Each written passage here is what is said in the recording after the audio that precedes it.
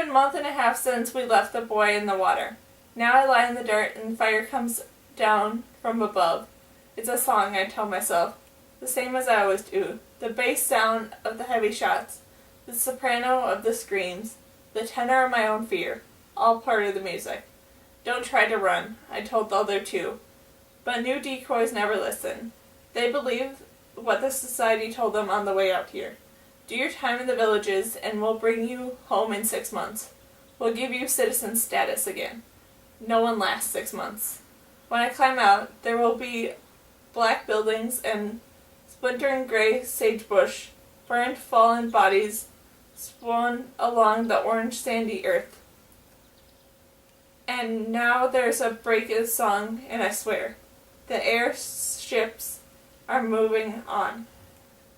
I know what draws their fire.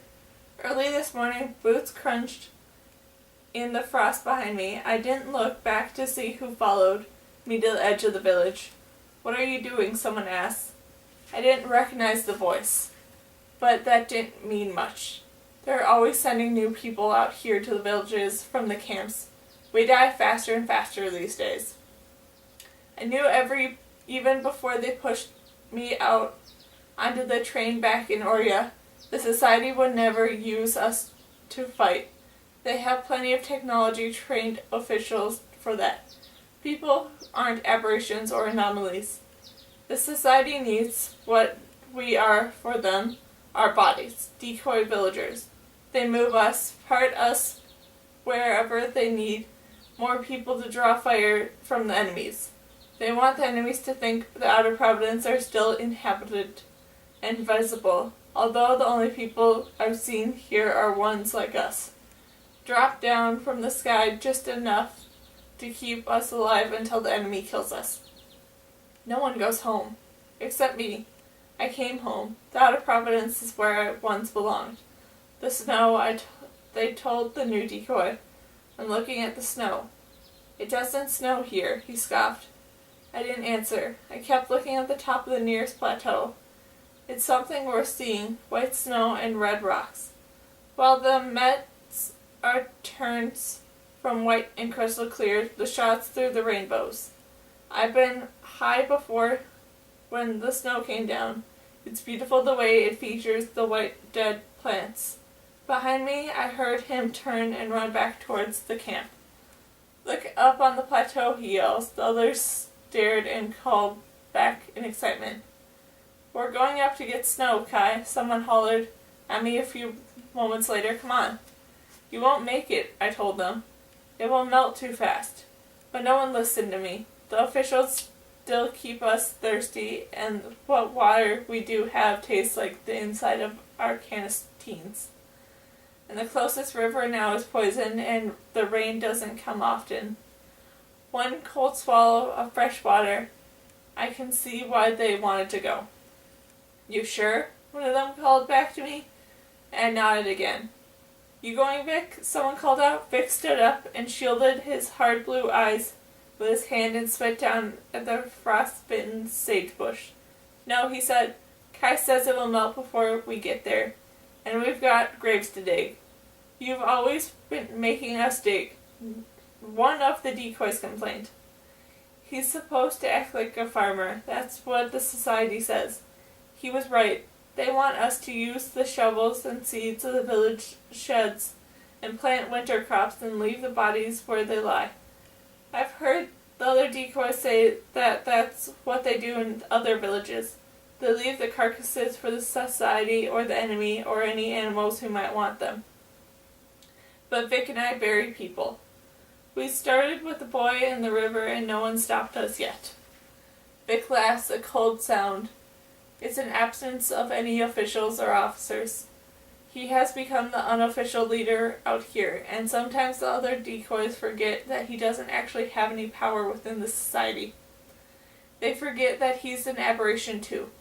I don't make you do anything, neither does Kai. You know who does, and if you want to take your chances up there, I won't stop you. The sun climbed higher, and so did they. I watched for a while. Their black plainclothes in the distance between the village and the plateau. made them look like ants swimming a hill. Then I stood up and started back to work, digging holes in a graveyard for the ones who died in the fighting the night before. Vic and the others worked next to me, and when 7 holes to dig, not too many considering the intensity of the firing and the fact that they were almost 100 of us to lose. I kept my back to the climber so I didn't see how the snow was all gone by the time they reached the top of the plateau. Climbing up was a waste of time. It's also a waste of time to think of the people who are gone, and judging by the way things are going, I don't have a lot of time to waste. But I can't help it. On my first night in Maple Tree Burrow, I looked out the window at my new bedroom. Not one thing was familiar and seemed like home. So I turned away, and then Ada came through the door, and she looked enough like my mother that I could breathe again.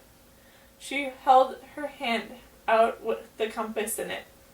Our parents only had 1 artifact and 2 daughters. My mother and I agreed that we would take turns sharing it. But then she left. She opened her hand and put the compass inside. We had the same artifact, and now we both have the same son. It's for you. I can't have it, I told her. I'm an aberration. We're not allowed to keep things like this. Nevertheless, Ada said, it's yours. And then I gave it to Cassia to keep, and she gave me the green silk. I knew they'd take it from me someday. I knew I would never get to keep it. And so that's why when I walked down from the hill that last time, I paused and tried to look at a tree quickly so she wouldn't notice. I like to think of it out there on top of the hill under the wind and rain, because in the end you can't always choose what you keep. You can only choose how you let it go. Cassia. I was thinking of her when I first saw the snow. I thought we could climb up there even if it melted. We'd sit and write words in the still damp sand. We could do that if you weren't gone. But then I remembered, you're not the one who's gone. I am. A boot appears now at the edge of the grave. I know whose it is. By the notches carved around the edge of the soul. The method some used out here to mark twice survived. No one else has many cuts as many of these tracked. You're not dead, Vic says. No, I said, pushing myself to my feet. The spirit spit dirt out of the mouth and I reach for the shovel. Vic digs next to me. Neither of us talk about the people who won't be able to bury today. No one who tried to climb in the snow. Back in the villages, I hear decoys calling to each other and to us. 3 more dead here. They carry out and they fall silent and look up. Not one of the decoys who went up to the plateau will be coming back. I find myself hoping for the possible. At least they quenched their thirst before the fire, and that they had mouths full of clean, cold snow as when they died.